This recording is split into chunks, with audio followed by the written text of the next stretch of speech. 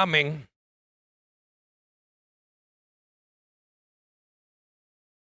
¿Cuántos aquí les enseñaron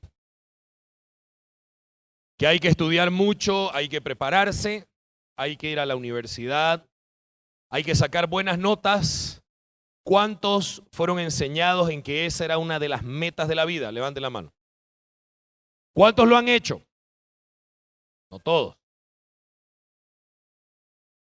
¿Y para qué les decían que tengan una buena educación, se esfuercen, tengan buenas notas, entren a una buena universidad y estudien mucho y saquen buenas notas? ¿Para qué? Para ser alguien en la vida. Eso significa que vamos a ponerlo ya para poder buscar un buen trabajo. ¿No es verdad? Porque uno va a la universidad, a la verdad, no para ser alguien. Ok, yo salí de arquitecto, sí, pero no trabajo y me estoy muriendo de hambre y no soy nadie. Estoy en la calle. El título de por sí no sirve. En realidad uno va a la universidad para buscar trabajo, para encontrar trabajo cuando salga, para tener de qué vivir, ¿sí o no? Porque mientras más educación usted tenga, mejores ofertas de empleo tendrá, se supone. Eso es lo que nos enseña la educación formal, desde la más mediocre hasta la más top del mundo, hasta la más cara, la más especializada. Hay algunas universidades que al salir de ahí, mi futuro financiero en cuanto al empleo está asegurado. Tendré empleos. Es más, algunos salen ya de la universidad y las empresas se los pelean. Las universidades más caras del mundo, así es. Y es la gente que tiene los mejores trabajos y empleos. Me preguntaron a un rapero de estos que era delincuente antes y tenía talento para cantar y ahora es famosísimo y ultramillonario y apenas sabe leer y escribir, y le preguntaron si alguna vez había pisado Harvard o Yale, dos de las mejores universidades del mundo. Y él dijo, no, pero me suenan, porque la mayoría de los que trabajan para mí fueron ahí. Entonces, mi amado, la educación formal, universitaria, académica, no asegura nada. Nos enseña acerca de algún oficio, bien o mal, medianamente o muy bien, acerca de alguna disciplina, de alguna carrera. Y a la verdad es muy poco lo que nos dan. Todo lo demás tiene que ver con un proceso de formación personal, fruto de la investigación, de la experiencia, del aprendizaje personal, ¿sí o no? Yo casi que el 90% de lo que soy como profesional no lo aprendí en la universidad, se lo aseguro. Y esto no garantiza nada. Lo que el hombre debiera tener es educación financiera. Ahora vamos a hablar meramente de lo que son finanzas, negocios y emprendimiento. ¿Ven? Fuera mejor que el hombre supiera acerca de educación financiera mientras aprende de educación formal. Porque la educación formal solo forma empleados, no emprendedores. ¿O quién aprendió en la universidad cómo ser emprendedor? No sé, salvo que usted, no sé si, ¿cuántos hay aquí que estudian administración de empresas o ingeniería comercial? ¿Hay alguien aquí que estudie eso? ¿Les enseñan a ser emprendedores? Bueno, y si no les enseñan en esa carrera, creo que en ninguna, ¿no? No creo que a los médicos, no creo que a los abogados, no creo. A la verdad, ser emprendedor no nos los enseña nadie. Viene fruto de un deseo de crecer financieramente. Y muchos ni siquiera tienen ese deseo, solo tienen el deseo del sustento, del trabajo seguro. ¿Ya escuchó eso? Es bueno tener un ingreso seguro, ¿sí o no? ¿Y a qué se refiere con un ingreso seguro? Pero será en verdad seguro y si lo votan, dejó de ser seguro. A lo que se refieren es con un ingreso seguro por lo menos en un mes. Pero seguro no es. Y toda nación para prosperar necesita estar formada por emprendedores. Le voy a decir una de las razones por las cuales Santa Cruz está despegando económicamente. Porque la gente es emprendedora. Hicieron una encuesta en universidades públicas en Santa Cruz y en universidades públicas de La Paz hace unos 15, 20 años. El 70% de los universitarios en Santa Cruz de la encuesta decían que querían ser empresarios o industriales, querían crear industrias o crear empresas o innovar en algo. En La Paz casi el 70% decían que su aspiración era ser ministro. Porque es una región que vivió de eso toda la vida. No estoy diciendo que no haya emprendedores allá. Hay. Pero en la naturaleza de la región se ve lo que terminarán siendo. ¿Cómo sería La Paz si se le quita todos los recursos del centralismo y del gobierno? ¿Sabe qué? La gente se vería obligada a emprender. Ya no habría de dónde sacar. Y es más, la necesidad casi siempre es la madre de todo emprendimiento. ¿No es verdad? Pero si las necesidades están cubiertas y si a mí me dan lo poquito que yo necesito, lo más probable es que nunca me vea en la necesidad de emprender. Hay gente, y ojo, el Señor nos puso en el corazón a todo ser humano el deseo de crecer. Fíjese, observe la naturaleza. Todo en la naturaleza se trata de crecer.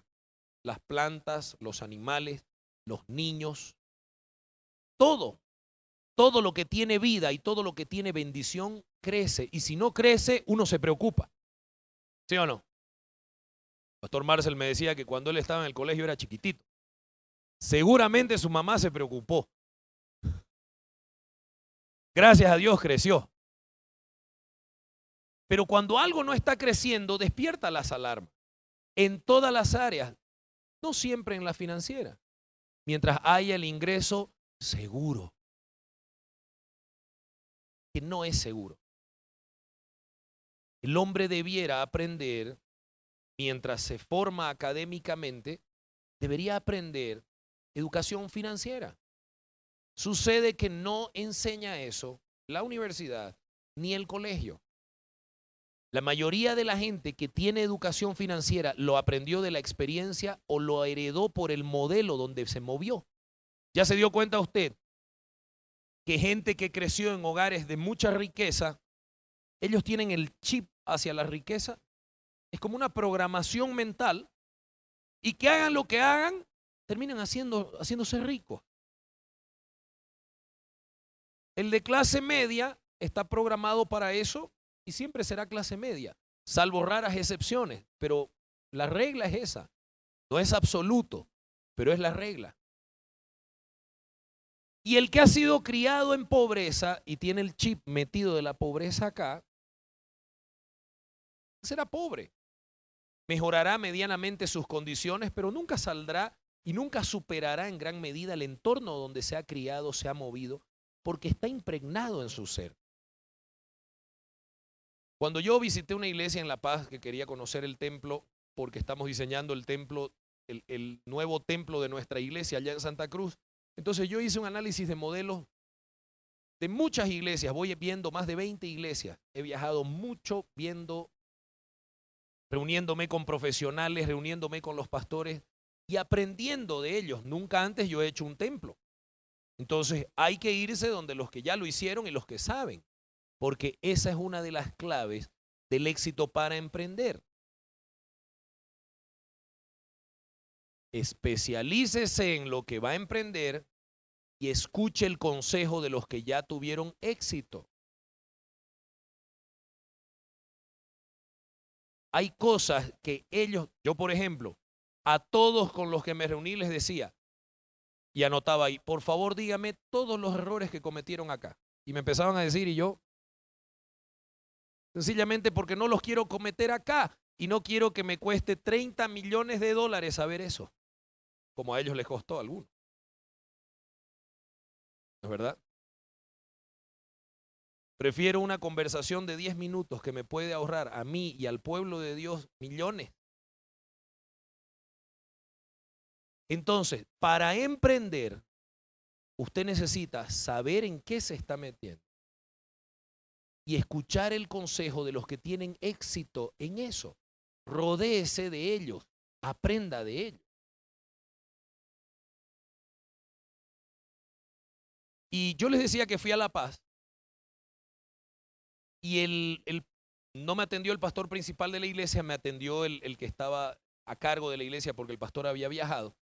Y me dijo así, nuestro pastor tiene una visión. Cuando él ve un líder que está creciendo y que está con la unción, lo manda a algún otro lugar a que abra una obra. Y cuando lo manda a otro lugar, lo primero que le dice es, encuentre el lugar más grande que pueda. Imagínese, recién va a empezar y ya lo manda a alquilarse un tinglado para 2,000 personas. Y la lógica de nuestro pastor, me decía él, es esta. Cuando hay una lluvia torrencial, usted saca un vaso o saca un turril, ambos se van a llenar, ¿sí o no? Si hay lluvia, lo que se necesita es un envase grande. Y me hizo mucho sentido lo que él me dijo y me di cuenta que exactamente igual es con el ser humano en todo. El envase de usted con relación a la finanza, ¿qué tan grande es?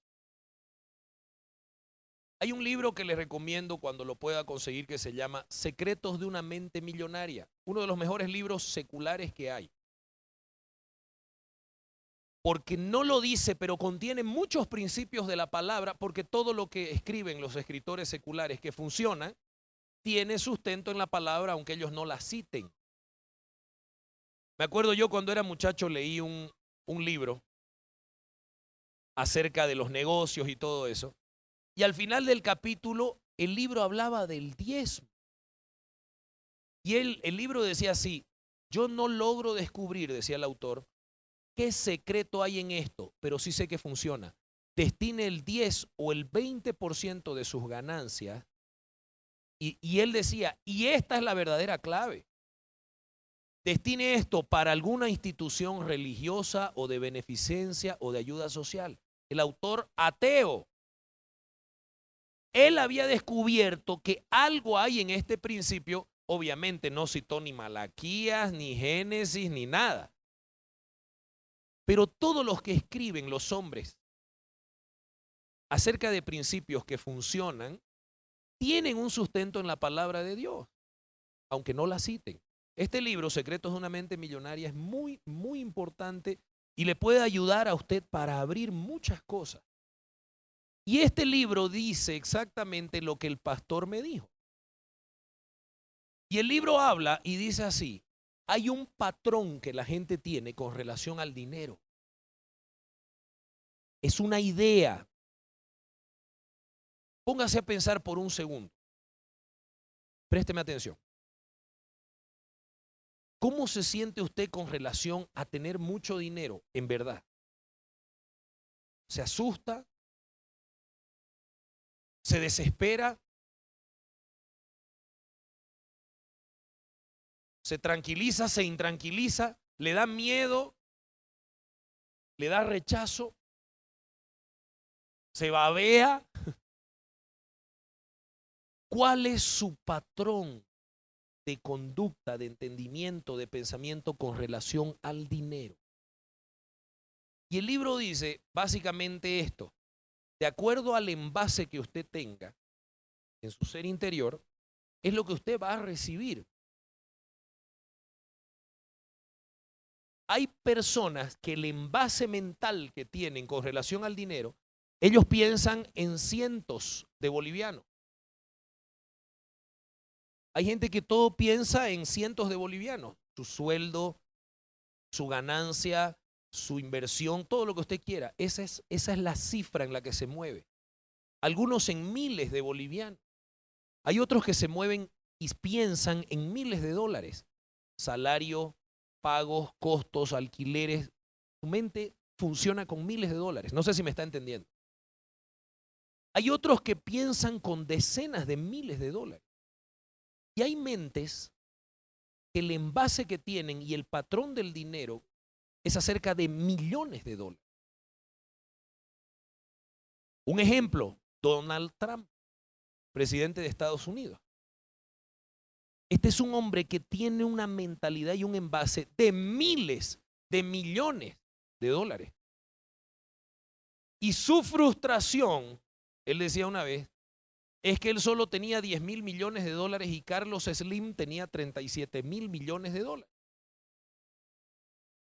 Y todo en su mente opera para aumentar miles de millones de dólares a su cuenta. No vamos a entrar si esto es bueno, es malo, si él está bien o está mal. Simplemente estoy hablándoles de un principio.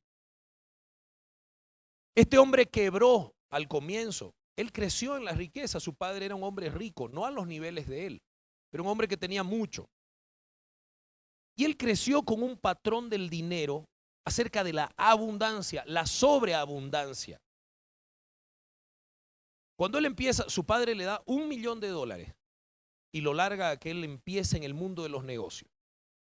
Y este hombre multiplicó el $1 millón en cientos de millones y después en miles de millones. Y al comienzo, más o menos a la mitad de su emprendimiento, él fracasa y pierde casi todo. Al poco tiempo lo había vuelto a hacer. ¿Sabe por qué? Porque él tiene una programación en su ser interior.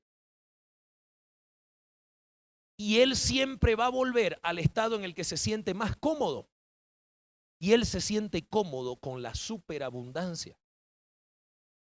¿Me está entendiendo? Hombres que han ganado la lotería, miserables, hombres de la calle, hombres comunes, acostumbrados a la miseria y a la pobreza, a la escasez. Hay, y escuche, casi el 90% de las personas que han recibido plata de ser pobres y pasar a ser millonarios de la noche a la mañana por así cuestiones fortuitas como una herencia o como ganarse la lotería, casi el 90% al poco tiempo ya volvieron al estado de donde estaban antes. No importa la cantidad. Algunos han recibido decenas de millones de dólares. ¿Sabe por qué es eso? Porque el envase que ellos tienen es demasiado pequeño y su mente es de cientos. Reciben millones de dólares y todo en su ser va a operar consciente e inconscientemente, la mayoría de las veces, subconscientemente, para sabotear esos millones y perderlos. Porque el ser humano va a querer volver interiormente a la cantidad de dinero con la que se siente cómodo. Y ellos se sienten cómodos porque están acostumbrados a no tener nada. Y cuando tienen mucho no saben qué hacer. Y lo pierden todo, ya sea en vicios, ya sea regalándolo, ya sea haciendo malas inversiones. Todo va a funcionar para deshacerse del dinero. Ellos no son conscientes de eso. Pero el envase no puede contener más de lo que es su capacidad. Entonces, y escuche, he visto toda la vida, he analizado casos y he leído mucho. Incluso vi un día un programa de los futbolistas americanos, del fútbol americano. Un programa de 4 horas que me pareció tan interesante, eran los testimonios de todos los exjugadores. Y al terminar el programa decía así, 76% de las estrellas del fútbol americano que ganan millones de dólares al año, escuche bien, 76% de ellos al cabo de 2 años han perdido absolutamente toda su fortuna. Es el índice más alto en todos los deportes mundiales. ¿Por qué en ese deporte específicamente? No sé. Pero el 76% de ellos perdió decenas de millones de dólares en 2 años. Y volvían al mismo barrio de donde salieron, a los mismos amigos que siempre tuvieron, a la misma clase de vida que por un tiempo, mientras tenían fuerza y eran atletas de renombre mundial, por un tiempo lograron dejar, pero en su ser interior siempre estuvo. El apóstol René dice, es más fácil sacar a un hombre de la pobreza que sacar la pobreza de un hombre. Porque hay hombres que han salido de la pobreza monetariamente hablando, pero no de acá, no de acá. Y son millonarios y siguen viviendo como miserables. Y son millonarios y hacen vivir a su familia como miserables. Y piensan como miserables. Y comen, yo he visto, y sabe que se da mucho en gente que viene de la raza quechua o aymara. ¿Sabe por qué? Maldición, lo que hablábamos anoche. Es parte de la cultura fingir que no tengo cuando tengo. ¿Sabe para qué? Para seguir extendiendo la mano y seguir aprovechando. ¿Ya vio las comerciantes? Así es el localcito para no pagar un peso de impuesto. Es una miseria, pero son dueños de camiones, de galpones, de tinglados y de millones de dólares en mercadería. Pero comen ahí, ¿no es verdad? Duermen ahí atrasito del mostrador y viven como miserables y son millonarios. Es maldición. Eclesiastés 6:1.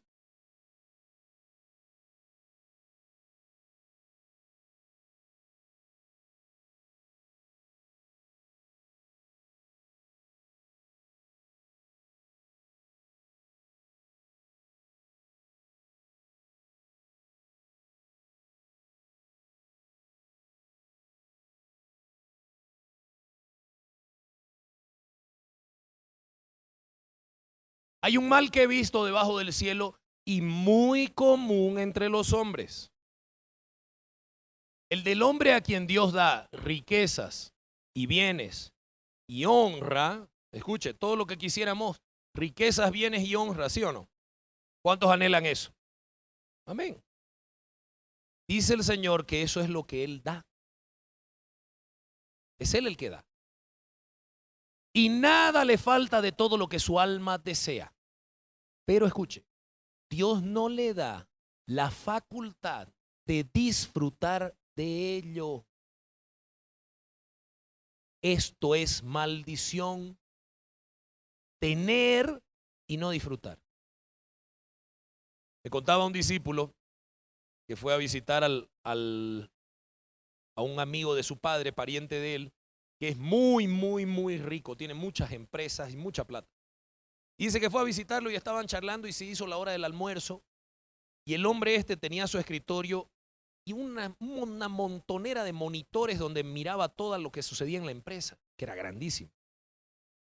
Y era la hora de almorzar y se para en una de las pantallas y le dice, mirá, no tenés idea cómo los envidio a estos desgraciados.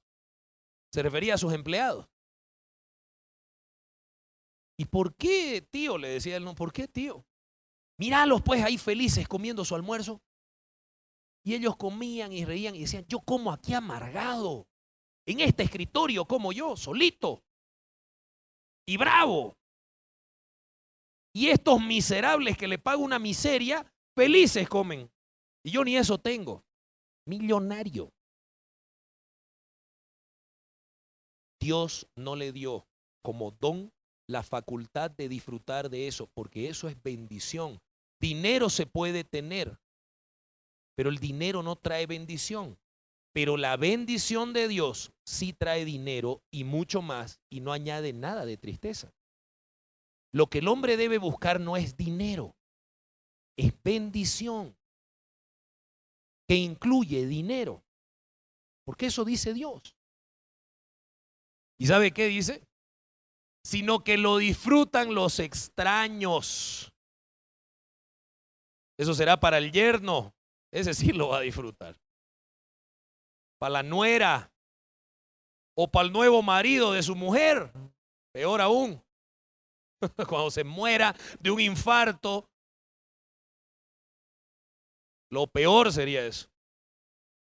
Como dicen, nadie sabe para quién trabaja, ¿no es verdad? Sin embargo, Eclesiastés 5, vamos a leer desde el 11, si no me equivoco, si me pueden ayudar.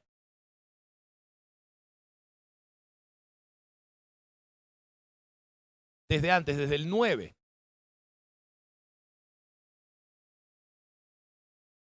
Además, el provecho de la tierra es para todos. El rey mismo está sujeto a los campos. El que ama el dinero, escuche bien, por eso yo le digo, no busque dinero solamente. Y el fin no puede ser el dinero, porque cuando uno hace del fin el dinero, terminará amándolo. Y el que ama el dinero no se saciará de eso, y no tendrá placer en eso, y no tendrá contentamiento en eso. Tenga mucho, tenga poco, lo consiga o no lo consiga, queda igual de vacío. El que ama el dinero no se saciará de dinero, y el que ama el mucho tener, ¿qué dice? No dice que tal vez no lo tenga, va a llegar a tener. No está diciendo que no lo tendrá, está diciendo que no sacará fruto de eso. ¿Y de qué sirve tenerlo si no lo puedo disfrutar? Si no bendice a nadie, ni a mí, ni a los míos, ni a los otros. ¿Para qué entonces? Simplemente por el placer de saber que lo tengo. Y esto, dice la Biblia, es mal doloroso. También esto es vanidad. Vanidad significa todo lo que es vano, lo que fue para nada, de lo que no se saca provecho. Eso es vanidad. Es tonto, sin sentido. Siguiente, vamos bien. Cuando aumentan los bienes, y esto es necesario que sepa, ¿ok?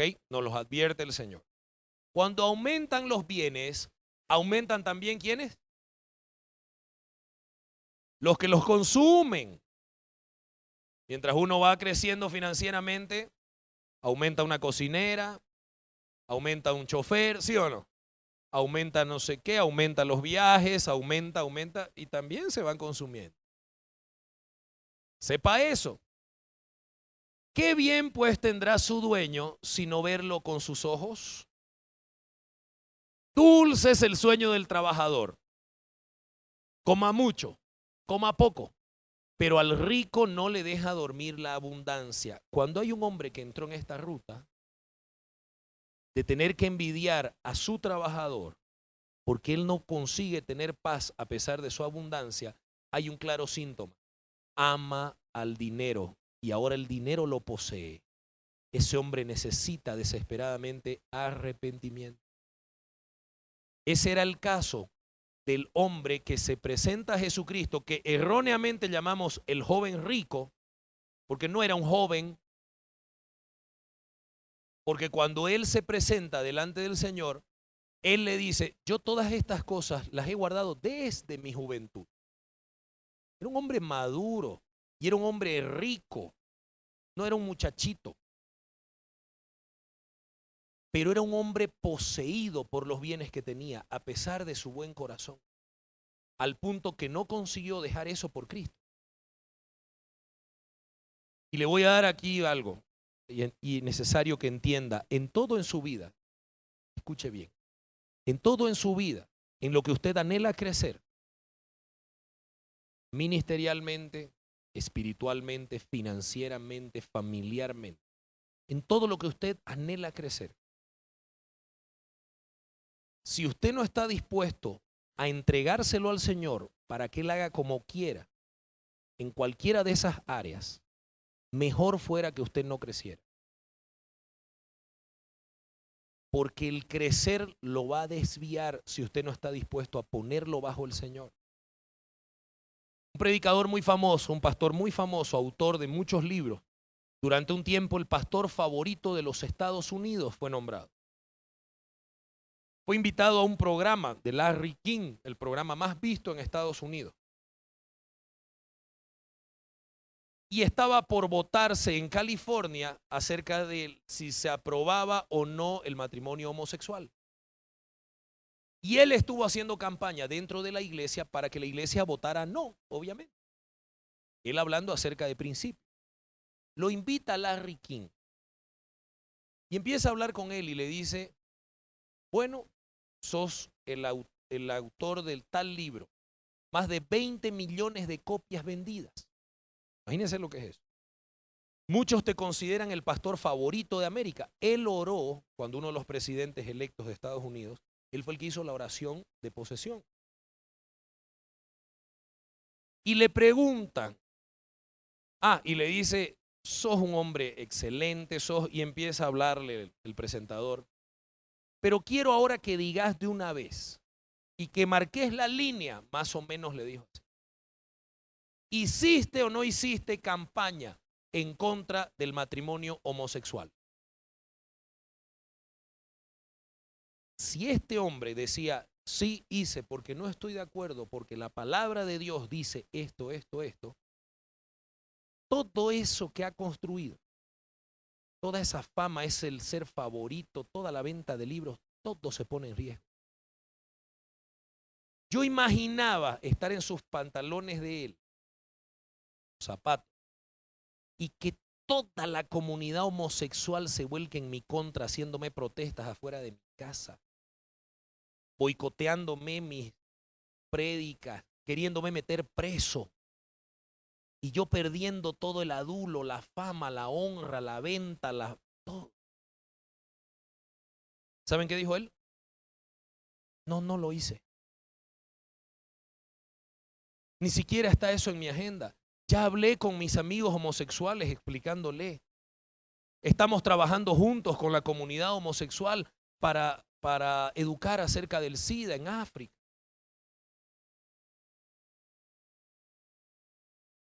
¿Saben qué? Cuando un hombre ha crecido tanto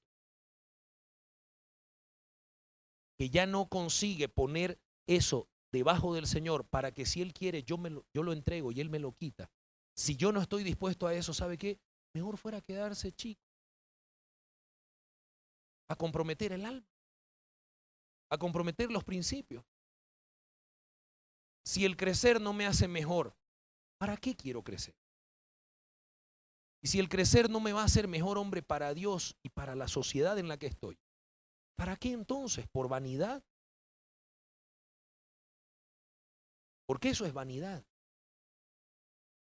Si nosotros quitáramos la vanidad de nuestras vidas y el deseo de mostrar, ¿qué anhelaríamos tener? ¿Cuánto? ¿Cómo? ¿Para qué? ¿Para quién? ¿Para qué queremos crecer? ¿Para qué? ¿Para quién? Podemos estar hablando del reino de los cielos cuando en realidad lo único que nos interesa es construir un reino personal. Y yo utilizo el reino de los cielos como medio para alcanzar los deseos de mi corazón. Y el reino de los cielos nunca será un medio, es el fin. Amén. Nunca utilice a Jesucristo como el medio para que usted obtenga lo que su alma anhela. Jesucristo y su reino deben ser la meta suprema, el fin de nuestra vida. Pero podemos estar usando el reino de los cielos, Jesucristo y toda la unción y todo, para que nos conduzca hacia lo que nuestra alma quiere: tener dinero, ser famosos, tener honra, fama, riquezas, bienes, lo que el Señor promete. Pero yo uso al Señor para tener lo que quiero. Si mi corazón está así en lo pequeño, ¿sabe qué? Mucho más daño me haría estar sobre más. Mejor fuera no crecer. Y si el hombre no está dispuesto a cada paso que va creciendo, irle entregando todo lo que ha recibido al Señor para que Él disponga como Él quiera, y si quiere lo quita, mejor fuera entonces que no creciera. Amén. Porque yo decía dentro de mí, estoy seguro que este hombre, si hubiera sido mucho más pequeñito y las repercusiones de sus declaraciones fueran menos mediáticas, él no hubiera tenido problema en decir. yo considero que el matrimonio es como Dios lo estableció, varón y hembra, y lo demás es aberración a Dios, digan lo que digan los hombres. Porque él decía eso en su iglesia, pero no se animó a decirlo en público. Por una única razón, había crecido mucho. Y lo que se podía perder si él decía eso, el globo que se podía pinchar era ya demasiado grande. Es tal cual hizo este hombre rico con Jesucristo. La Biblia dice que él se fue triste porque tenía muchas posesiones. Y pinchar ese globo era muy grande. Tal vez si este hombre no hubiera tenido tanto, hubiera seguido a Cristo. Por eso yo les pregunto, ¿crecer para qué? ¿Me va a hacer mejor crecer? ¿O solo me empuja la vanidad? Quiero ser emprendedor y todo eso. ¿Por qué y para qué? ¿Para quién? ¿Cuál es el motor que me mueve a hacer eso? Es necesario que sepamos esto y seamos honestos delante del Señor. Él no tiene problema cuando yo vengo y le desnudo mi corazón miserable, torcido, chueco, perverso. Sí, Él ya lo sabe. Cuando yo se lo digo y cuando yo pido su ayuda, Él puede volver ese corazón egoísta, perverso, chueco, vanidoso, en un corazón generoso, íntegro, verdadero. Él puede cuando yo lo abro para Él. Tal cual como cuando usted va a un buen médico y usted dice qué es lo que tiene. Y el buen médico le da el diagnóstico acertado y le da el tratamiento acertado. Así es con Cristo. Pero si usted no va al médico o siguiendo al médico le miente, usted nunca sanará. Así es nuestro corazón con el Señor. Amén. Volviendo ahora al tema, y espero que todos al salir de acá hagan esta reflexión. Incluso ministerialmente, ¿por qué queremos crecer? Financieramente, ¿por qué queremos crecer? Y hay deseos legítimos. ¿Yo sabe por qué quisiera crecer? Me gusta vivir bien, me gusta viajar.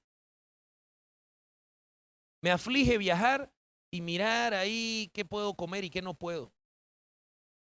¿Cuántos aquí les gustaría comer lo que quieren y no comer lo que pueden pagar? Levante la mano. Ay, qué pecadores. Eso es legítimo, mi amado. Eso no lo hace ser un mal hombre. Poco espiritual. ¿Cómo este pastor va a querer tirarse $100 en una cena? Mire, mi amado, de 1000 amores lo hago si la cena es rica. Y si no lo hago es porque no los tengo, no porque no quisiera. Pero eso es legítimo. El Señor lo sabe. Si no fuera legítimo, Él no lo hubiera prometido como una remuneración al que es fiel. ¿No es verdad? Si Él estuviera en contra de eso, no me lo hubiera ofrecido como recompensa por servirlo con un corazón íntegro. Si tan solo eso me hiciera mal por el hecho de tenerlo, Él no lo ofrecería. Él no me da cosas malas. El problema no es eso, el problema es el corazón. Y necesitamos para crecer pasar por procesos que el Señor nos meterá. Por eso son los fracasos y los desiertos en los cuales Él nos introduce. El año 2009, yo hice 2009-2010, empecé mi mayor emprendimiento hasta esa fecha. Era un edificio de 18 pisos de departamentos mío. Yo lo iba a construir, yo lo diseñé, yo escogí el terreno, yo lo estaba vendiendo. Y mi socio era un discípulo. Y empezamos en esto. El 2010 fue un año maravilloso, vendimos más del 60% del edificio. Usted miraba mis cuentas, me hubiera querido pedir prestado, estaba todo abundando, todo full. Me acuerdo que terminó el año 2010 y el apóstol Alberto nos hizo, en la cena de fin de año, nos hizo decir a todos cómo había sido ese año. Y yo recuerdo que dije, hace un año tan bueno este 2010. He logrado hacer como profesional las 3 áreas que yo quería. Tener mi estudio de arquitectura, lo tengo. Tener aparte mi empresa constructora y poder encarar proyectos de construcción, no solo de diseño, que con mi estudio de arquitectura era solo diseño. Pero aparte tener mi propia desarrolladora de proyectos, de mis propios proyectos y poderlos comercializar yo. Eso es lo que yo siempre quise ser como profesional y hacer. Y yo dije, este año lo he logrado. Y estoy sentando las bases. No estoy donde quisiera estar, pero ya senté las bases. Y estoy muy feliz. Y yo dije, me acuerdo, yo pienso que esto que estoy sentando las bases es porque ya viene mi familia, porque yo todavía era soltero. Y ya el Señor me va a dar mi esposa.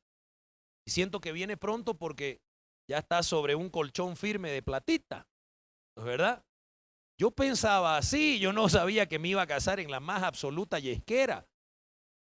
Yo pensé que lo que Dios quería era darme unos buenos pesos, un departamento hermoso, porque me lo estaba diseñando mi propio apartamento ahí. Y yo dije, cuando llegue mi esposa ya voy a estar por mi segundo o tercer edificio, la voy a llevar a vivir al mejor departamento del edificio y ya la plata moviéndose, todo para arriba. Lo que yo no sabía es que los planes del Señor eran otros. Íbamos por el piso 7 de la construcción. Todo 100 puntos. Decidimos parar las preventas para venderlo a su precio máximo cuando lo terminemos. Y todo lo habíamos hecho con recursos propios y con preventa. Y ya el crédito del banco para terminarlo salía esa semana.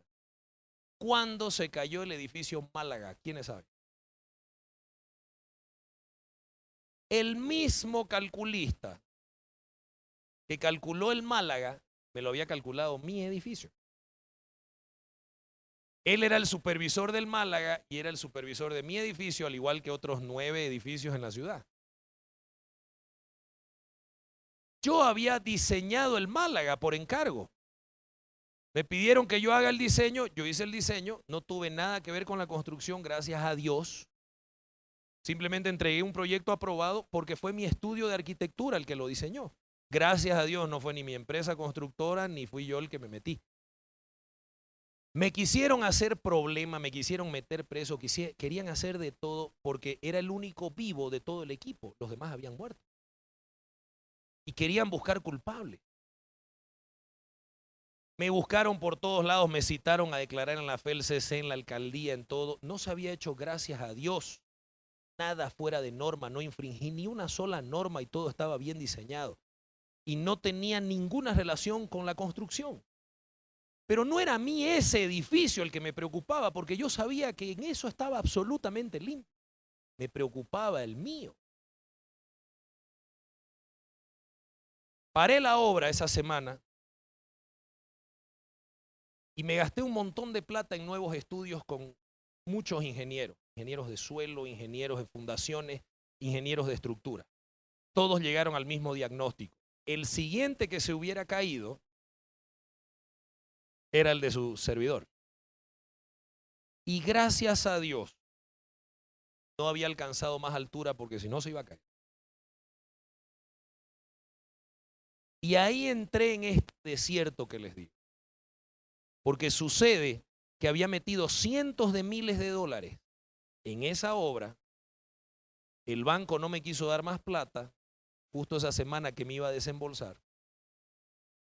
Y ahora no tenía cómo terminar el edificio, cómo resolver la estructura que venía fallida y no tenía cómo devolver.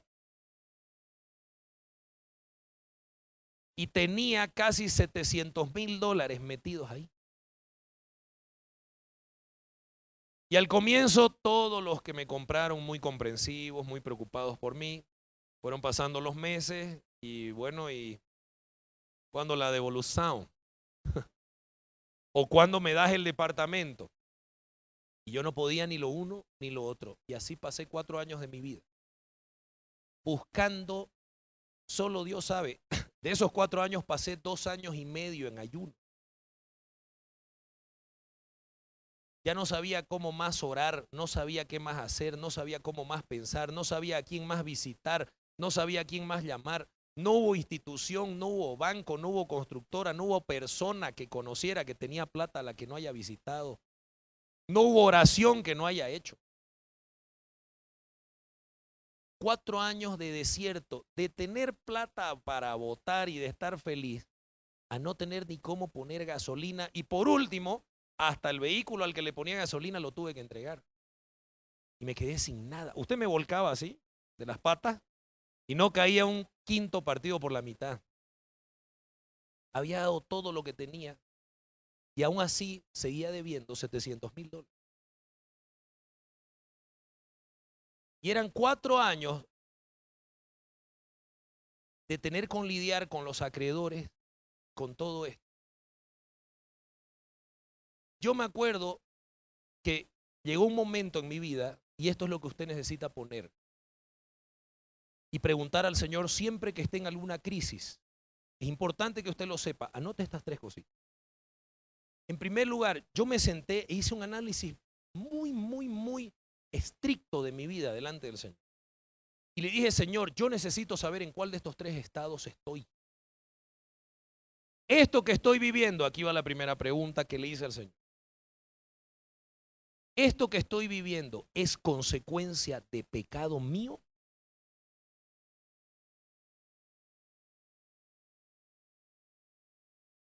En segundo lugar, ¿esto que estoy viviendo es un ataque demoníaco espiritual?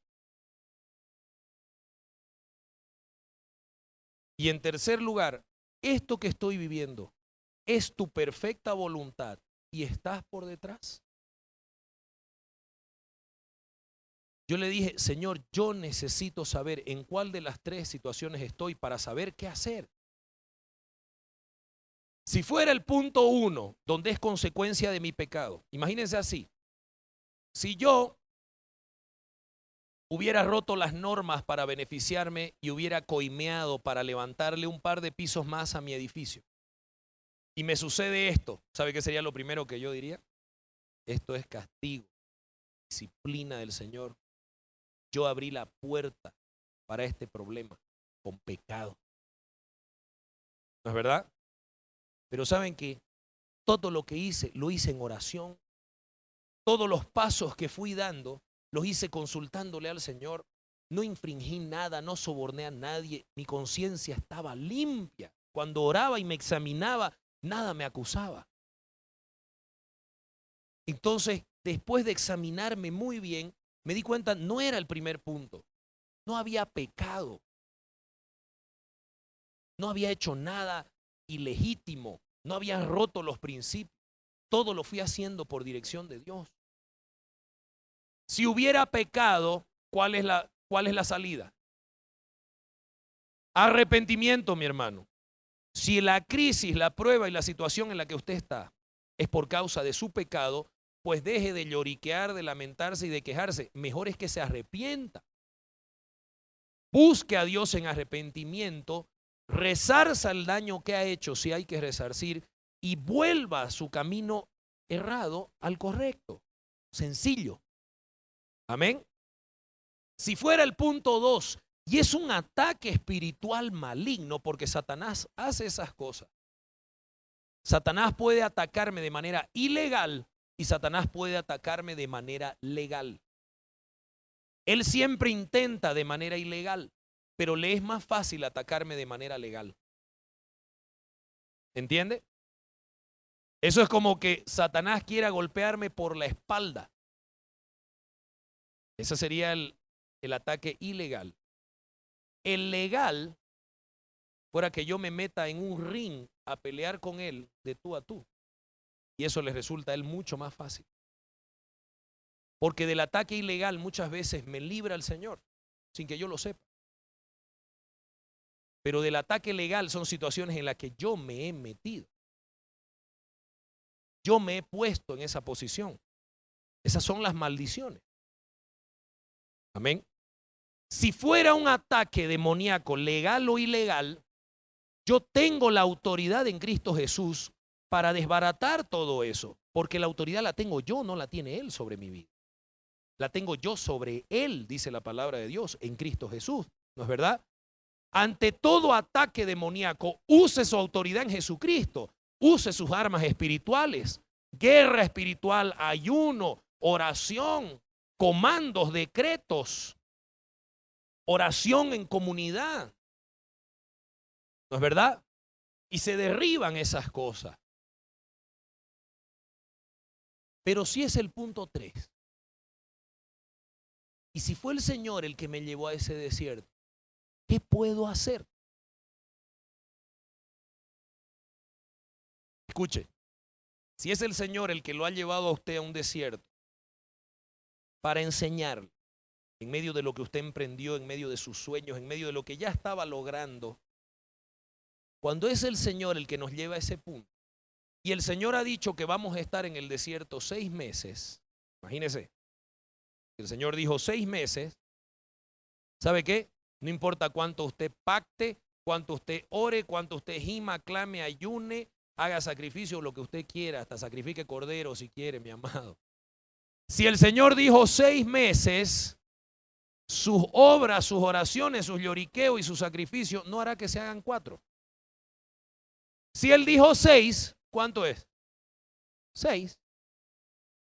No se acorta, pero puede alargarse. Israel tenía que estar 40 días. No iban a ser 39. Amén. Pero se hicieron 40 años. ¿Por qué? Porque en medio del desierto yo puedo aplazarme, postergar mi salida del desierto. De la tierra de esclavitud a la bendición, siempre hay un desierto en el medio. Es la ruta. No salimos de la esclavitud directo para la bendición. No se engañe. Y esa ruta del desierto es para aprendizaje. El Señor dice que los hacía dar vueltas a Israel para que ellos aprendan a pelear, para que ellos se despojen de la mentalidad de esclavos con la que habían salido de Egipto. ¿Saben qué? Si salían de Egipto de esclavos y habitaban Canaán, en primer lugar, los cananitas les iban a tirar una tunda porque no sabían pelear. En segundo lugar, si los hubieran vencido, iban a vivir en esa tierra que fluye leche y miel como esclavos miserables, comiendo pan y cebolla como en Egipto, porque tenían la esclavitud y la miseria metida acá. Y Dios tenía que mudarles la mente. Amén. ¿Cuántos de nosotros que nos hemos convertido entramos en crisis? Y más bien pensábamos que tras convertirnos iba a fluir la leche y la miel. Pero el Señor necesita enseñarnos. Entonces, mi amado, si usted está en el punto 3, como yo descubrí que estaba, y ese era el punto, estaba en la perfecta voluntad de Dios, yo sabía que todo estaba bien. Y le dije, Señor, solo te pido esto, dame la sabiduría suficiente y la entereza para aprenderlo todo, no postergar un día más de esto, no desperdiciar ninguna enseñanza. Ayúdame a aprobar. Y me dediqué a ser fiel ahí en mi desierto, en todo lo que estuviera en mis manos. En medio de ese desierto, como les decía el otro día, conocí a la que iba a ser mi esposa, cuando yo creí que iba a ser teniendo en serio, ¿no? Lo cual fue mejor porque tal vez me hubieran querido por lo que tenía y no por lo que yo era. Si hay algo que yo sé es que mi esposa me ama. Se casó conmigo con menos $700,000. Ni siquiera era que estábamos 0-0 y no tenía nada. O sea, estaba con menos harto. Lo único que teníamos cuando nos casamos era $5,000 que ella había logrado ahorrar y eran de ella. Y sabiamente los tomé yo. Tranquila, le dije, yo los hago multiplicar. Escuchen, yo ya no tenía ni mi vehículo, no tenía nada. Estaba en un desierto de verdad, porque no lograba emprender nada nuevo mientras no lograra resolver eso. Hubo ¿Y sabe qué me hacía el Señor? Para que usted tenga idea. Todo iba avanzando en alguna cosa. Encontraba alguna línea que me pudiera sacar. Por ejemplo, un banco dijo, ya nosotros te vamos a dar plata para que lo resolvas el edificio y para que lo termines. Casi salgo llorando ahí de gratitud. Trae este estudio, este estudio, este estudio, este estudio. Los estudios, $20,000, ya no teníamos nada. Me presté. Empecé a hacer los estudios y empezamos a preguntar. Y la clásica del banco, ¿no es? Faltan, ¿te acuerdas?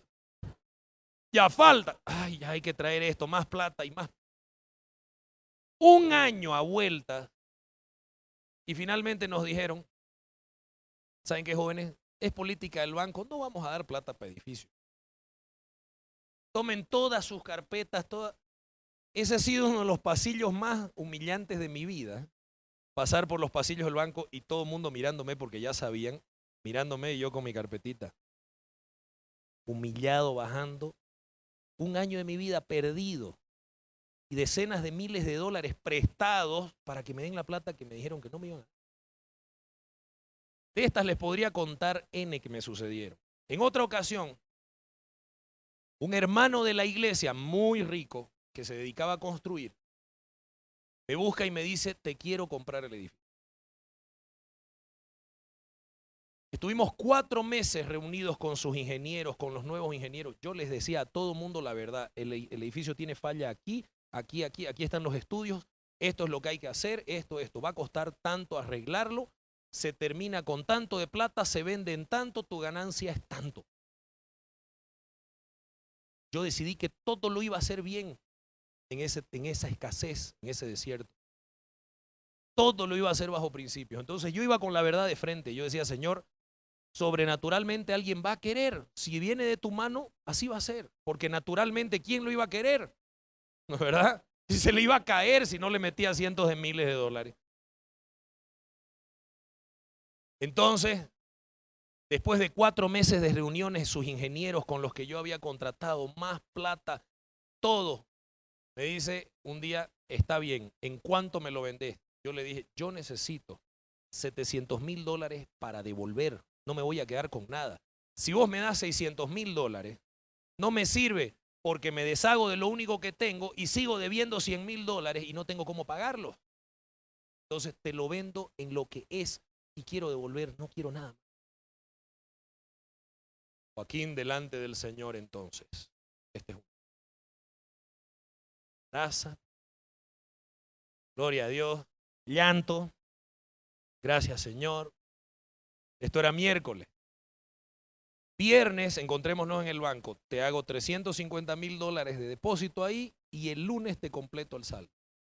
Yo no, ¿saben qué? Se me iba a salir el corazón de felicidad. Yo me imaginaba llegar así a la gente. Porque estos $700,000 era una compensación que yo había decidido dar a la gente por la espera. El que me había dado $50,000, yo le iba a devolver 60,000, por ejemplo. Y todo eso sumaba 700. Entonces yo me imaginaba, señora fulana, ¿cuánto me dio usted? $30,000. Tome 40. Ore por mí ahora, claro. Bueno, llega el viernes y habíamos quedado a las 9 de la mañana de ir al banco a recibir mi chequezote. 8:30 saliendo de la ducha, el teléfono me estaba llamando él. Hola, fulano. Sí, ya estoy yendo al banco, hermano. Nos encontramos en media hora. No, Joaquín, no te lo voy a comprar, hermano. No me vas aquí, no te lo voy a comprar el edificio. Es que anoche me reuní con mi ingeniero y me dijo que mejor no. Oye, le dije, 4 meses hemos hablado y nos hemos reunido con tu ingeniero. Y con todo lo que me pusiste para que me reúna. Sí, pero no lo voy a hacer. Media hora antes de recibirlo, yo le decía, Señor, ¿por qué me dejas llegar a este punto? Porque todo se me quemaba en el último segundo. Yo decía, Señor, ¿para qué entro en esto? ¿Para qué me dejas avanzar? Yo le decía, Señor, ya eso es hasta crueldad. ¿Por qué no desde un comienzo este tipo no apareció? Hubiera sido más fácil. ¿No es verdad? Un día, poco tiempo después de eso, yo predico en la iglesia. Y estaba ministrando, adivinen quién estaba sentado en primera fila. Mi hermano, cero palabra, ese. Bueno, y estaba ahí, quebrantadísimo después de la administración. Bajo yo y él esperándome, me abraza. Y el Señor me habló, realmente tu administración me tocó. Quiero invitarte a desayunar mañana, tengo una propuesta para hacerte. Bueno, ya. Yo dije, Señor, esto es lo que vos querías, era a través de tu vida. Voy a desayunar al día siguiente con él, feliz. No quería entusiasmarme mucho, pero yo imaginé que me iba a decir, ya el Señor me habló que hice mal con vos, te lo compro, ¿verdad? Bueno, llego, desayunamos y me dice, bueno, Joaquín, esta es la propuesta que te quiero hacer que te va a convenir muchísimo. Y saca unos planos y me dice, estoy construyendo un edificio, quiero que me compres un departamento. O sea, esta es la propuesta que me querías hacer. Sí, me dijo, porque vos sos un líder influyente en la iglesia y me conviene tenerte en mi edificio, varias gente va a querer comprarme. Oye, le decía, ¿te acordás la situación en la que yo estoy, no? O sea, 4 meses lo hablamos, ¿te acordás? ¿Cómo me pensás ofrecer? ¿Con qué te lo voy a comprar? No, te voy a hacer buen precio. Lo más hermoso es que ese edificio, ¿saben dónde lo construyó? A media cuadra de donde era mi oficina. Entonces yo pasaba todos los días por ahí mientras su edificio se levantaba hermoso. Vi cuando se compró la super vagoneta BMW, vi cómo se llenó de plata y yo ya pasaba, ya ni vehículo tenía. Y él cambiaba de vehículo y a los meses aparecía con uno mejor. ¿Sabe qué era eso, el Señor? ¿Sí o no? En medio de mi peor año, me ungen pastor. Antes de esto fue el año 2011, que fue el peor. Y yo me acuerdo del año nuevo y yo me fui ahí a la oficina y le dije, Señor, vos sabés cómo estoy, porque ya estaba mal, ¿sabe qué? Era duro que la gente me hable como me hablaba, que esperaba recibir. Me destrozaba mucho por dentro eso. Y me fui ese día a la oficina y le dije, Señor, no me interesa saber cuándo voy a salir, no me interesa cómo voy a salir, no me interesa nada. Solo necesito saber, a tus ojos, ¿estoy aprobado o no? ¿Estoy haciéndolo bien en medio de esto o no? Porque yo necesito saber. Porque si no, quiero enderezar.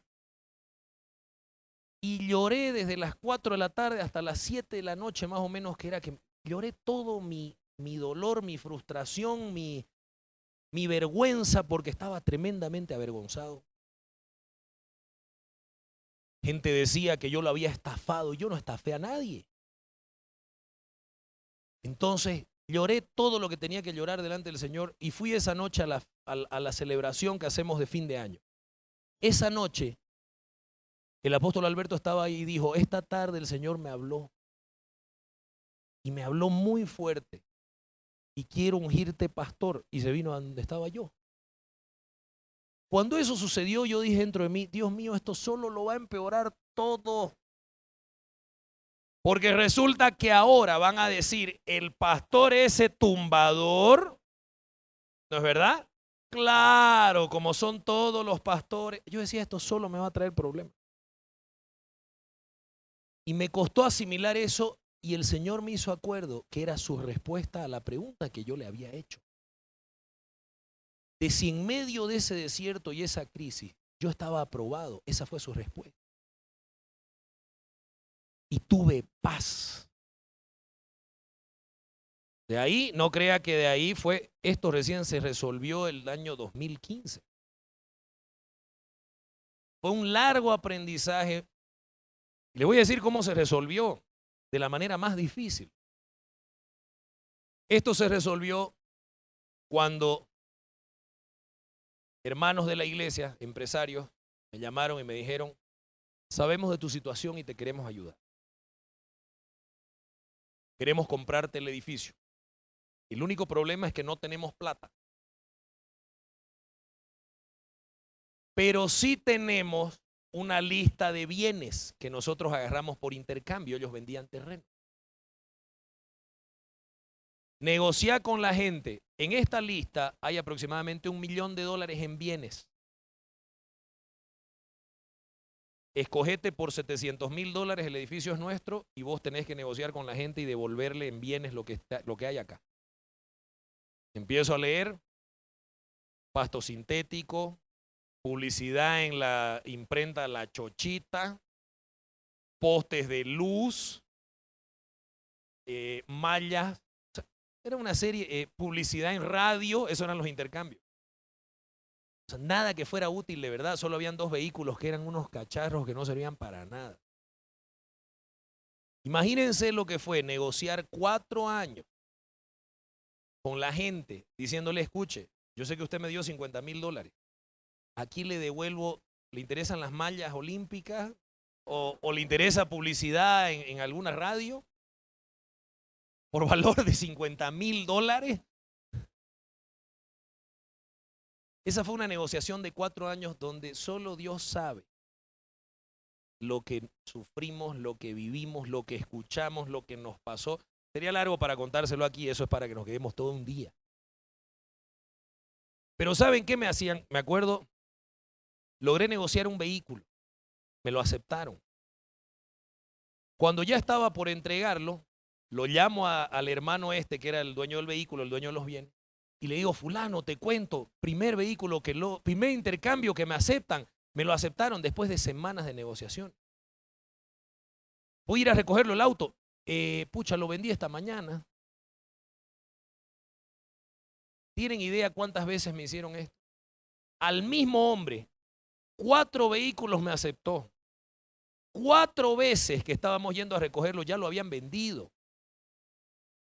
Y el tipo me decía: oye, ¿te haces la burla de mí? Imagínense un día yendo con su mecánico a recogerlo, llegamos allá, no, ya se lo acaban de llevar, lo acaba de vender el dueño. Pero si yo lo tenía que entregar, no sé, pues yo arréglese con él. Y el tipo me miraba y me decía: oye, ¿te estás burlando de mí? Y yo no podía ir muy hecho el parador a los otros a decirle: oye, ya pues, si mal que mal era un favor, ¿no? Entonces yo decía: Señor, me has atado. Tengo que humillarme acá, tengo que humillarme acá. Era como meterme en un cepo, no podía moverme. Tengo que callar cuando me insultan, no puedo defenderme, no puedo responder, no puedo reventar, no puedo alterarme, no puedo nada. Solo me queda aceptar que me hagan eso. Y fueron 4 años de ese aprendizaje. Se los resumo. Salí de eso. Pagué. A todos les di más de lo que me dieron. Cuando entregué lo último, una sola mujer nos hizo problemas. Nos demandó la CAINCO. Y yo le dije a mi socio: no nos vamos a defender. Porque ella nos demandó en un arbitraje. Y yo le dije a la señora: escuche, arbitraje es cuando usted dice no y yo digo sí, y necesitamos un árbitro para que diga. Pero usted dice una cosa y yo digo lo mismo. Usted dice que yo le debo plata y yo digo que le debo plata. Y usted dice que quiere que yo le pague y yo digo que quiero pagarle. Entonces vamos a ir a un arbitraje para ver qué. Y ella igual entró al arbitraje, ella me había dado $50,000. Al final del arbitraje, donde yo no me quise defender, salió el juicio y yo ya debía $88,000 a esta mujer. Vendí una serie de bienes que solo Dios sabe cómo, de esa famosa lista, y junté $88,000. Era la última persona. Y lo llamo a su abogado y le digo: quiero pagar. Ya, ¿cuánto es lo que va a dar? Quiero pagar los $88,000. ¿Saben cómo me venía la tentación de darle 60,000 o devolverle solo sus 50,000 y quedarme con 30,000 y repartir 15 y 15 y por lo menos comprarme un vehículo? Después de 4 o 5 años de tanto sufrir, ¿sabe qué me venía aquí a la mente? Oye, es tu derecho. A esta mujer en verdad solo le corresponden 50. Pero dentro de mí, yo decía, si yo a esta mujer le devuelvo 87,000 y no 88,000, ella va a decir que yo le pagué mal. Y tal vez me puede encarar en la calle y yo tengo que agachar la cabeza. Pero si yo le doy los 88,000, yo puedo mirarla a los ojos. Unos familiares le habían hecho un lío a mi socio en el kinder de su hijo, donde le gritaron estafador, pagale a mi tía, ladrón. Cuando yo le entregué el cheque de 88,000, yo le dije, señora, porque era sumamente problemática, yo no puedo evitar que usted diga lo que quiera de mí. Lo único que puedo evitar es que usted tenga razón acerca de lo que dice. Eso sienta en mis manos. Que de lo que usted quiere hablar mal de mí caiga sobre usted porque no tiene razón. Eso es lo que está en mis manos. Con estos 88,000 dólares, usted no tiene ninguna razón más para decir nada de mí ni sus familiares. Yo puedo mirarla a la cara sin que nada me avergüence, a usted y a sus. Y delante del Señor la bendigo y le devuelvo esto, pidiéndole perdón por todo lo que no causé, pero fui responsable. Y porque fui responsable de eso, aquí está, cumplo mi responsabilidad. Yo supe que ya lo último salió. Y había aprobado. Porque para eso el Señor me llevó a fracasar. Amén. ¿Qué sucede después? Y mire cómo va viniendo la restitución del Señor. Sucede que ahora estoy construyendo el edificio ahí mismo. Esta vez no es mío. Me contrataron para que lo construya el edificio ahí mismo, que demolieron y ahora se está levantando. Lo termino de aquí a 2 meses. Yo voy a vivir en el penthouse de ese edificio, como era el plan. Eso fue restitución de Dios. Estoy pagándolo con mi salario. Me compré de nuevo mi camioneta 0 kilómetros, el mismo color de la que yo tenía. Y el Señor me fue restituyendo. Le mentiría si le digo que ha sido así. Ha sido luchado, difícil. Pero el Señor restituye. El Señor honra. El Señor bendice. El Señor no olvida. El Señor enseña. El Señor es fiel. Y requiere que eso seamos nosotros. ¿Saben cómo salí de todo este proceso? Con unas ganas de emprender. Y yo me di cuenta que el proceso fue bueno porque no salí dañado, no salí lastimado, no salí que no quería saber de nada, harto de trabajar, de la construcción, herido con la gente, con la maldad, con la traición. Salí en paz, salí fuerte, salí con fuerza, salí con ganas. Tengo más ganas ahora de las que tenía antes. Porque eso es lo que hace el Señor. Y sé que es sueño del Señor, porque no se va. Y yo le he dicho, Señor, si no es tuyo, que se vaya. No quiero soñar lo que no es tuyo. No quiero anhelar lo que no es tuyo. No quiero mi revancha. Quiero tu bendición, Señor. Y puede ser que esté en eso o en otra cosa. Pero sigo teniendo el sueño de emprender de nuevo mis propios proyectos. En el nombre de Jesucristo un día se dará. ¿Cuándo? Eso es de Él. ¿Cómo? Eso es de Él. ¿De qué manera? No lo sé. Está en sus manos. En mis manos está el ser fiel. Yo quiero crecer. Quiero bendecir a mi hogar. Quiero bendecir a mi iglesia. Quiero bendecir a mi familia. Y quiero que el reino de los cielos crezca. Quiero que la iglesia sea sana y sea fuerte económicamente, pero sea limpia de corazón. Porque así se conquista. Para eso trabajamos, para eso servimos, para eso emprendemos, porque si no, ¿para qué entonces? ¿Qué sentido tuviera? Eclesiastés 9,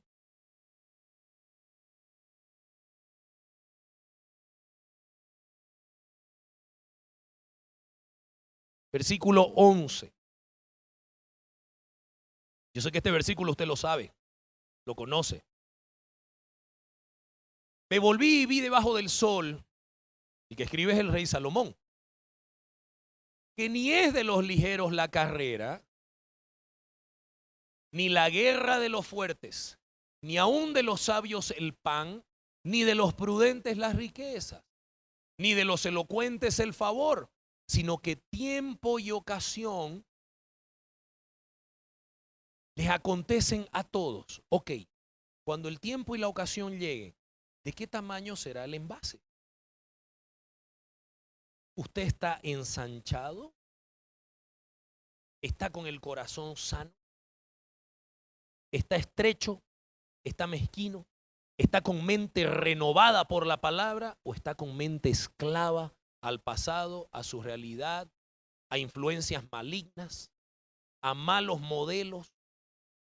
Cuando tiempo y ocasión lleguen para su vida, ¿cómo lo encontrarán? ¿Lo encontrarán prosperando en el Señor siempre? ¿Creciendo en el Señor siempre? ¿Lo encontrará en pecado? ¿Lo encontrará negligente, flojo? ¿Lo encontrará bajo maldición? ¿Lo encontrará tullido acá, mezquino, estrecho, egoísta, tacaño? ¿Cómo? ¿Cuándo nos tocará el tiempo y la ocasión? No lo sabemos. ¿Sabe qué? Todos los días, prepárese. No sabemos cuándo, pero tiempo y ocasión le acontecen a todos. Yo creo en esta palabra. Y yo quiero que cuando mi tiempo y mi ocasión lleguen, y no será por ser fuerte, no será por ser prudente, no será por ser sabio, no será por ser el mejor. Dice el Señor que no es por eso. Será por estar trabajado en Él y ser fiel. El tiempo y la ocasión vendrán y yo sabré qué hacer cuando aprenda a ser guiado en todo por el Espíritu de Dios. Si el tiempo y la ocasión le llegara hoy, ¿cómo lo encontraría? ¿Qué tamaño es el envase? ¿Qué hábitos gobiernan su vida? De los principios que hemos visto, ¿en cuáles usted es fiel y en cuáles infiel? El Señor dice, cuando el hombre ordenare su camino, entonces yo le mostraré mi salvación. Pero al que ordenare el camino, todo esto que hacemos acá y toda la enseñanza que usted ha recibido y todas las palabras que ha recibido es para ordenar el camino. No tiene otro sentido. No es para acumular información. Eso es vanidad. No es para llenar cuadernos ni para cumplirle al líder o pastor alguno. Es para ordenar el camino, preparar el corazón, porque tiempo y ocasión vendrán. Dice el Señor, a todos nos acontecerá. Amén. Y le voy a dar aquí algunos consejos prácticos. Lo dicen los expertos. ¿Cuántos saben quién es Robert Kiyosaki? Estuvo recientemente en Bolivia. Él es un hombre que pasa por el mundo enseñando educación financiera. Sus consejos son muy prácticos y muy útiles. Por lo menos la mayoría de ellos. Es un hombre que no tiene a Cristo y por lo tanto algunas de sus metas no son las correctas. Es parte de la sabiduría del hombre examinarlo todo, retener lo bueno y desechar lo malo. Tenga cuidado de a quién elige usted como mentor. ¿Ven? Examínelo todo, retenga lo bueno, deseche lo malo. Entre los consejos sabios, prácticos y buenos que él da, él dice y establece un cuadrante acerca del dinero. Algunos de ustedes ya saben de eso. Imagínense que partimos esta pantalla en 4. De la mitad para la izquierda está la dependencia financiera. Y de la mitad para la derecha está la independencia financiera. Es decir, ya no estar más sujeto al día a día. O que mi economía dependa de otro. En el cuadrante de la izquierda, entre los que más dependientes son y nunca llegarán a prosperar en abundancia, están los que son empleados y trabajan por un salario. La mayoría de las personas. Porque la mayoría de las personas somos empleados y trabajamos por un salario. Y esto no nos trae placer. ¿Sí o no? Porque no importa cuánto usted se esfuerce, no logra construir más de lo que sea su techo. Pero ese esfuerzo solo lo valora el Señor. Pero el Señor quiere liberarlo de muchas cosas. Aquí. En el segundo cuadrante de la izquierda está aquel que es autoempleado. Por ejemplo, un arquitecto. Autoempleado porque soy mi propio jefe, pero aún sigo dependiendo de que alguien me contrate, de que alguien me busque, de que alguien me encargue algún proyecto, de que alguien se acuerde de mí o de que alguien tenga necesidad de mi trabajo. No tengo jefe, no tengo horario, soy autoempleado, pero empleado al fin. Y lo que yo haga tiene una paga y un techo. Y yo tengo que trabajar duro para eso. ¿Estamos claros hasta ahí? En estas dos casillas no hay independencia financiera, no hay sobreabundancia y usted no puede enfermarse, usted no puede viajar por más de un mes, porque si usted no está trabajando, usted no va a recibir nada. Amén. Sea empleado o autoempleado. Yo viajo un mes y ese mes sé que no entra plata si soy autoempleado. Y tengo que volver de mis vacaciones a seguir porque harto es lo que se gasta. Peor aún si soy empleado. ¿No es verdad? ¿Y si me votan? ¿Y si nadie me llama?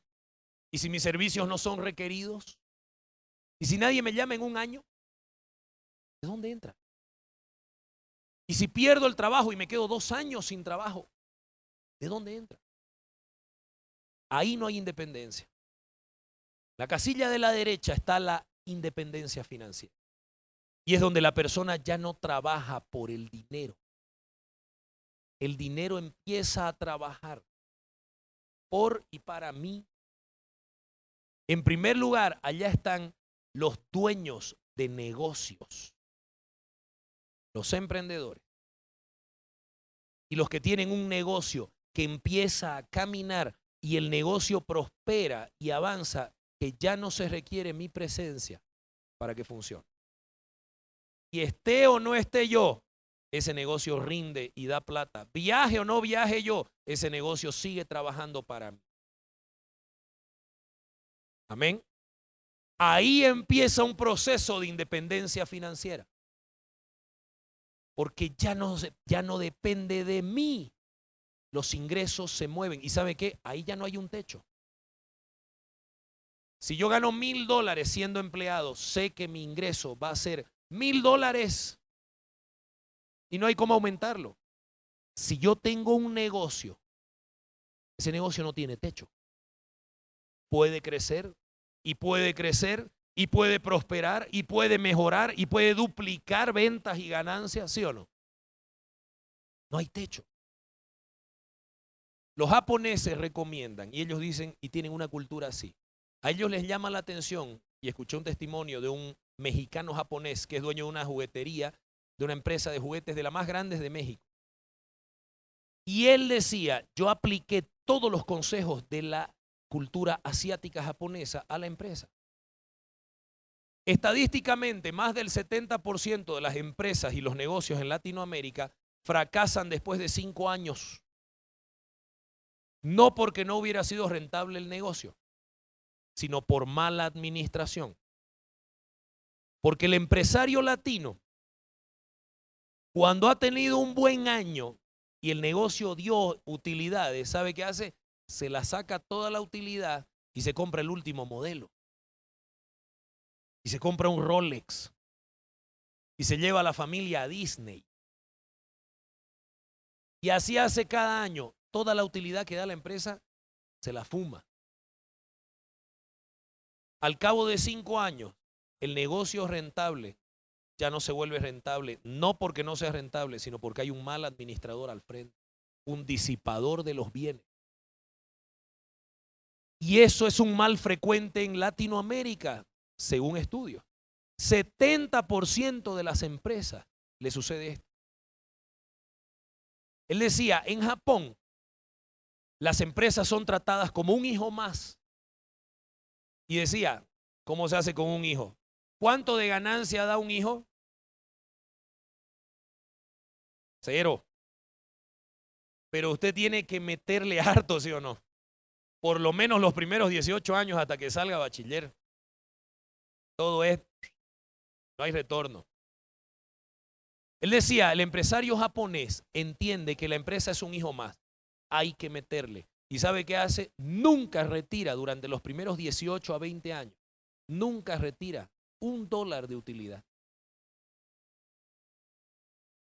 Todo lo reinvierte y todo lo reinvierte y todo lo reinvierte para asegurar el negocio, para que camine y se multiplique y sea grande y se haga fuerte y se haga sólido. Se paga mejores sueldos, eleva su nivel de vida, vive mejor, pero no toca las utilidades. Todas las reinvierte y las reinvierte. Después de 20 años, esa empresa ya es sólida. Y esa solidez y esa rentabilidad le va a pagar sus gustitos. El último modelo, el viaje con toda la familia a Europa, pero cuando ya no se compromete el patrimonio. Y de ahí para adelante, esa empresa le paga todos sus gustos, todos sus caprichos. Robert Kiyosaki, que es un hombre multimillonario, él decía así, él tiene más de 6,000 departamentos en alquiler de su propiedad. Y él decía, cada vez que quiero comprarme un gusto, un capricho, decía él, nunca saco plata de la que está guardadita. Genero un negocio que me lo compre. Doy un ejemplo, decía él. Quería comprarme un Porsche, un auto deportivo de $75,000. Vamos a decirlo así, él podía meter a su bolsillo izquierdo e ir a comprárselo, ¿no es cierto? Un hombre de miles de millones de dólares. ¿Qué hizo? Me presté $50,000 del banco, decía él.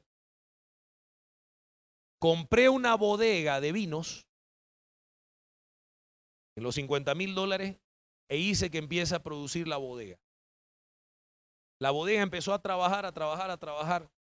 La plata que generó, fui y lo compré el Porsche, que ya estaba en $50,000. Había una promoción. Compré con la plata que me dio la bodega el Porsche. Un año después lo vendí en $125,000 porque ya era un auto de colección y la bodega ahora vale $1,000,000. Eso es inteligencia financiera. El hombre sabe cómo funciona el dinero. ¿Qué hubiéramos hecho nosotros? Hubiéramos trabajado, hubiéramos ahorrado y vamos y nos lo compramos. Lo que sea, la última licuadora por último. ¿No es verdad? Porque así funciona la mentalidad de empleado, pero no la del emprendedor, no la del hombre que quiere independencia financiera. No se coma su semilla. Y la cuarta parte, la segunda de las que genera independencia financiera, y la cuarta de este cuadrante, es el ser inversionista. ¿Qué hago yo? Te voy a hablar como todo lo que me generan mis proyectos de arquitectura, de mi estudio de arquitectura, porque la empresa constructora que yo tengo la utilizo para que pague todos los costos fijos. Lo que genero como diseñador, arquitecto, mi estudio de arquitectura, esa utilidad yo la invierto. Y tengo invertida en compra de heladeras en una empresa que trae aire acondicionado, tengo invertido plata. Estoy por traer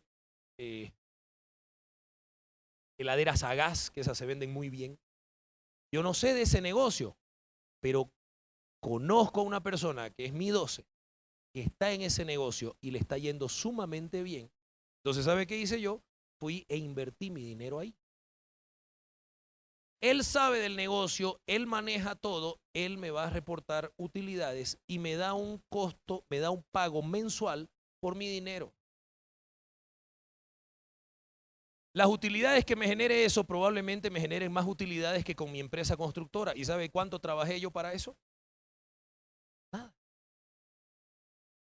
Llévelo a una escala mayor. Ese es el dinero trabajando por el dinero y no yo por el dinero. Él está en el cuadrante de la libertad financiera también porque él es dueño de un negocio que funciona y camina. Y yo invertí en ese negocio en busca de mi independencia financiera. Y todo excedente que yo voy teniendo, yo lo invierto. El ser humano debe buscar siempre activos. Y vamos a decir así, activo, tradúzcalo en esto, es lo que le pone dinero en el bolsillo. ¿Qué activos posee usted? Erróneamente nosotros decimos un activo, porque así se nos enseña, es una casa. ¿No es verdad? Un activo es un auto, es un bien. Pero pregunto yo, ¿el auto le pone dinero a usted en su bolsillo o le saca? ¿La casa le pone o le saca? Entonces no pudieran considerarse activos. Son pasivos, le sacan. El hombre debiera buscar continuamente activos, algo que le ingrese dinero a los bolsillos, porque ahí está el camino de la independencia financiera. Y la mejor manera de hacerlo es invirtiendo. Para invertir, bueno, hay una serie de procesos, no nos va a dar tiempo de hablarlo aquí. Pero quédese con esto. No será usted trabajando por el dinero que alcanzará independencia financiera. Será usted sabiendo por la gracia y la dirección de Dios qué, cómo y cuándo hacer y dónde invertir y qué traer y qué poner y qué emprender. Y no tenga miedo. No tenga miedo a fracasar si el Señor lo lleva a fracasar. Yo ya le conté mi experiencia. El fracaso en el que Dios me mete es fracaso bueno. El fracaso en el que yo me meto es fracaso malo. Así de sencillo. Deja pérdida. El fracaso en el que el Señor me mete es temporal y no trae pérdida. Trae solo lecciones y enseñanza. Sienta las bases para el futuro. Amén. Escuche, uno de los errores más grandes que comete también la persona que no tiene mentalidad de rico y que sus pensamientos no tienden a la abundancia, porque la Biblia dice que hay hombres que el diligente, los pensamientos del diligente tienden ¿hacia qué? Hacia la abundancia. ¿Sus pensamientos tienden hacia la abundancia o usted es mezquino, conformista, estrecho, egoísta? Eso necesita usted renovar. Uno de los pensamientos mezquinos y estrechos es, agarro platita, un excedente, poquito, 100 dolaritos, 100 bolivianos, lo que usted quiera, y lo meto al banco. Y ahí está seguro. Peor aún, debajo del colchón, en el cajón, en medio de los zapatos. No es uno, de todos lugares uno se le ocurre meter plata, ¿no es verdad? El otro día que tenía plata en la casa y no pude ir al banco a dejarla, a depositarla, porque yo meto en una cuenta y de ahí es de donde saco para los gastos mensuales. Yo nunca ahorraría en banco. Le voy a explicar por qué. Bueno, el asunto es que mi esposa lo metió debajo de sus tacos. Digo, por si la chica que hace limpieza ahí no lo pilla. Yo dije, ¿cómo? Claro que lo pillaría. Mire usted, probado esto que le voy a decir. Si usted guarda su plata en el banco, y perdóneme si hay aquí algún banquero, pero si usted guarda su plata en el banco, ese dinero cada año, comprobado a nivel mundial, esto que le voy a dar son datos, se va a depreciar entre un 5 a un 6%. Es decir, va a perder su valor por cada año que pase.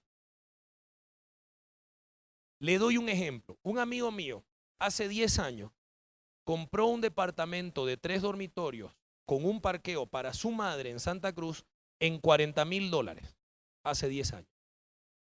Ese departamento ahora vale $140,000. Si él hubiera guardado su platita hace 10 años, sus $40,000 seguros en el banco, 10 años después, esa plata vale, con esos $40,000, él no se compra ni uno de un dormitorio. Nadie se la tocó, nadie se la robó, simplemente perdió su valor. Y lo mejor que él hizo fue invertir ese dinero, porque ahora su patrimonio se multiplicó. ¿Qué hizo él para que valga $100,000 más su departamento y sus 40,000 se multipliquen en 140,000? ¿Qué hizo? ¿Qué trabajó? Invirtió. Si él hubiera guardado en el banco, estaría con esos 40,000 rogando pillar un departamento fuera del quinto anillo, sexto anillo, en $40,000 de un dormitorio. ¿Está entendiendo? Entonces, si usted guarda su dinero en el banco pensando que ahí está seguro, sepa que cada año que pase pierde valor. Eso no lo llevará nunca a la independencia financiera. A nosotros nos enseñaron, la mentalidad de pobreza es esta: lo que logres, ahorralo, guardalo. Pero la independencia financiera es lo que el excedente, guardalo para invertir. No lo guarde porque guardado no se multiplica, invertido sí. Cuando usted emprende algo, usted sabe que todo lo que ese negocio crezca le resultará en su beneficio y no en el beneficio del dueño para el cual usted trabaja. ¿No es verdad? Y la iglesia tendría que tener el liderazgo en los negocios. Es uno de los montes a conquistar. Dante Gebel decía: estoy cansado de que por donde voy, entro a los bancos y, hola hermano, pastor. Ojo, y él decía, ni todos los oficios son dignos.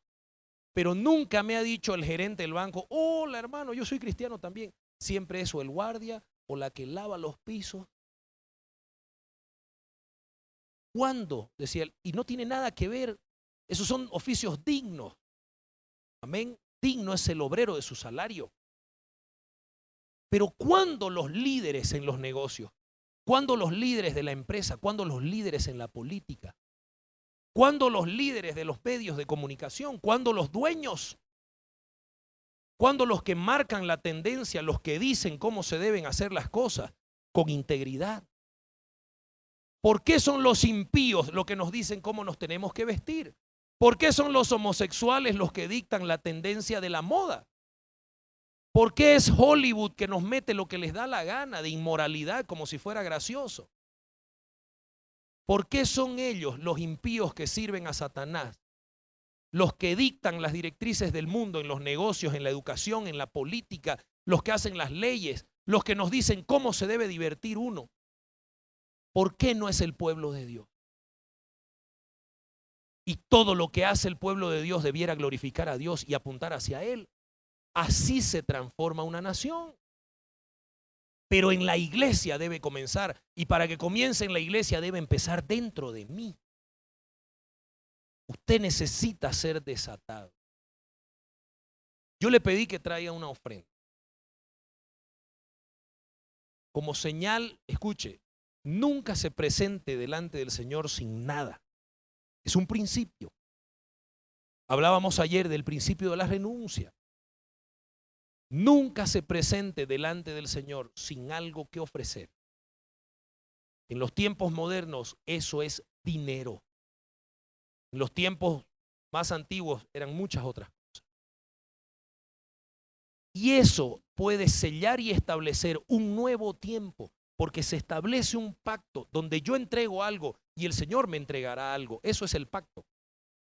El pacto se hace entre uno más débil con uno más fuerte. Pero tiene que haber una renuncia, porque si no, no es pacto, es simplemente misericordia. Si yo le entrego un boliviano a un niño en la calle que me está extendiendo la mano, eso es misericordia. No estamos en pacto. Pero si yo entro en un pacto con él, de que él me hace algo y yo le pago, eso es un pacto. No es misericordia. ¿No es verdad? Una ofrenda y ese nuevo tiempo es pacto. entre el débil, que somos nosotros, y el fuerte, dueño de todo, que dicho sea de paso, quiere bendecirme. Tome usted la mejor ofrenda, esa que preparo.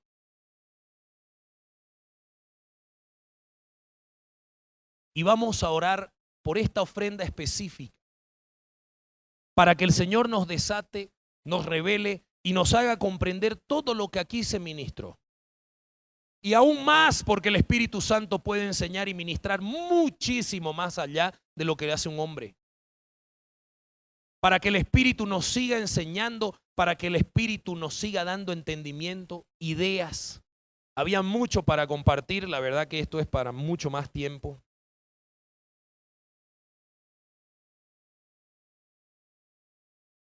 Había muchísimo más.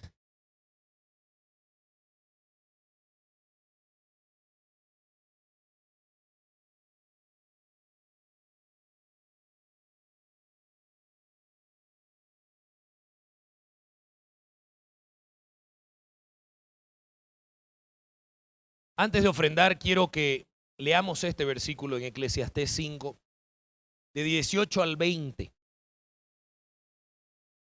Y aprópiese de esta declaración del Señor para su pueblo. Amén. He aquí pues, dice el Señor, mire bien, el bien que yo he visto, que lo bueno es comer y beber y gozar uno del bien de todo su trabajo con que se afana y se fatiga debajo del sol, todos los días de su vida, porque es parte de, porque esta es su parte, disfrutar de lo que uno gana, disfrutar del dinero que uno recibe. Es bendición de Dios esto, esta es la parte del hombre que le corresponde, es su derecho. Siguiente versículo.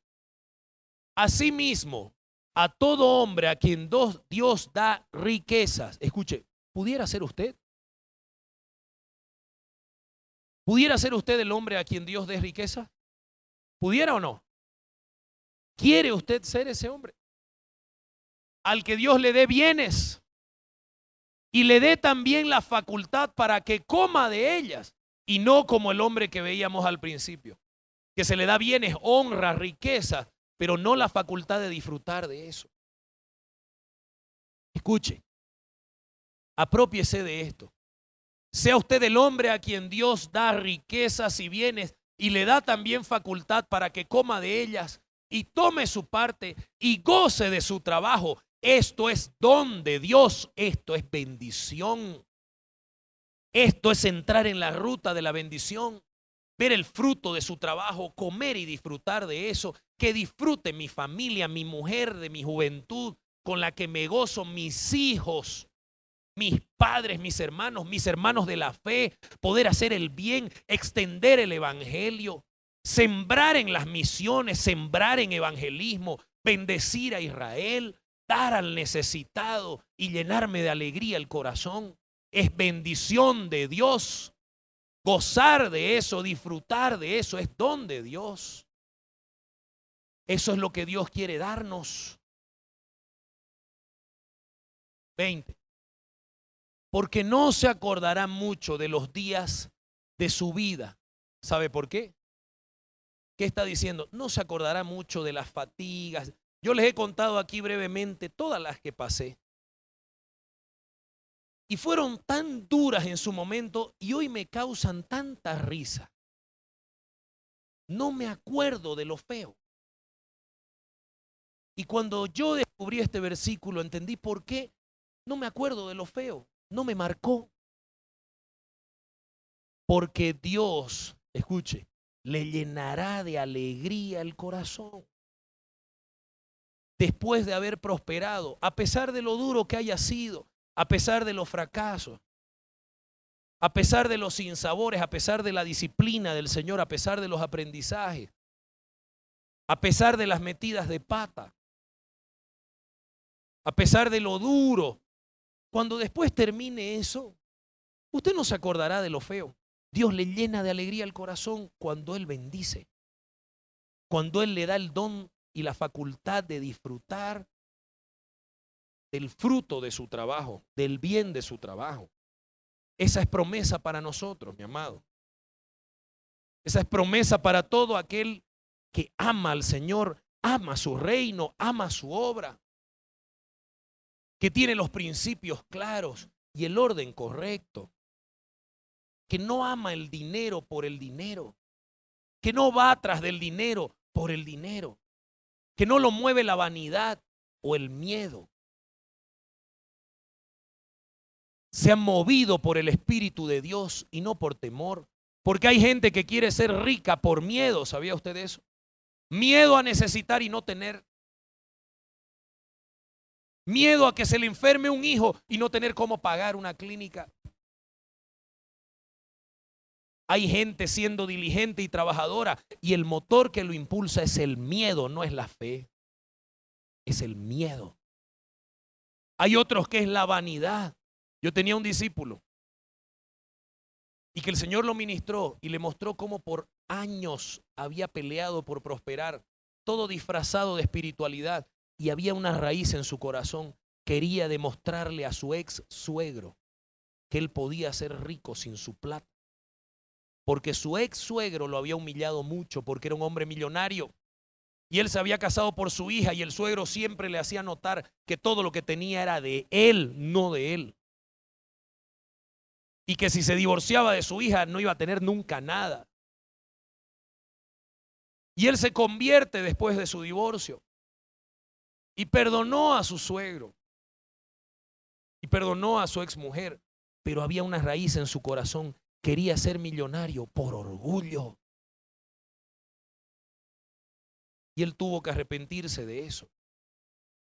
Porque nunca el orgullo, nunca el miedo, nunca la vanidad, nunca el egoísmo serán buenos consejeros. Y nunca puede ser el motor que nos empuje, no para los hijos de Dios. Nosotros necesitamos aprender a ser guiados por el Espíritu de Dios en todo. Ser bien direccionados. Eso da en el blanco, aunque el blanco del Señor a veces sea el desierto. Amén. Tome esa ofrenda. Apóstol, si puede pasar.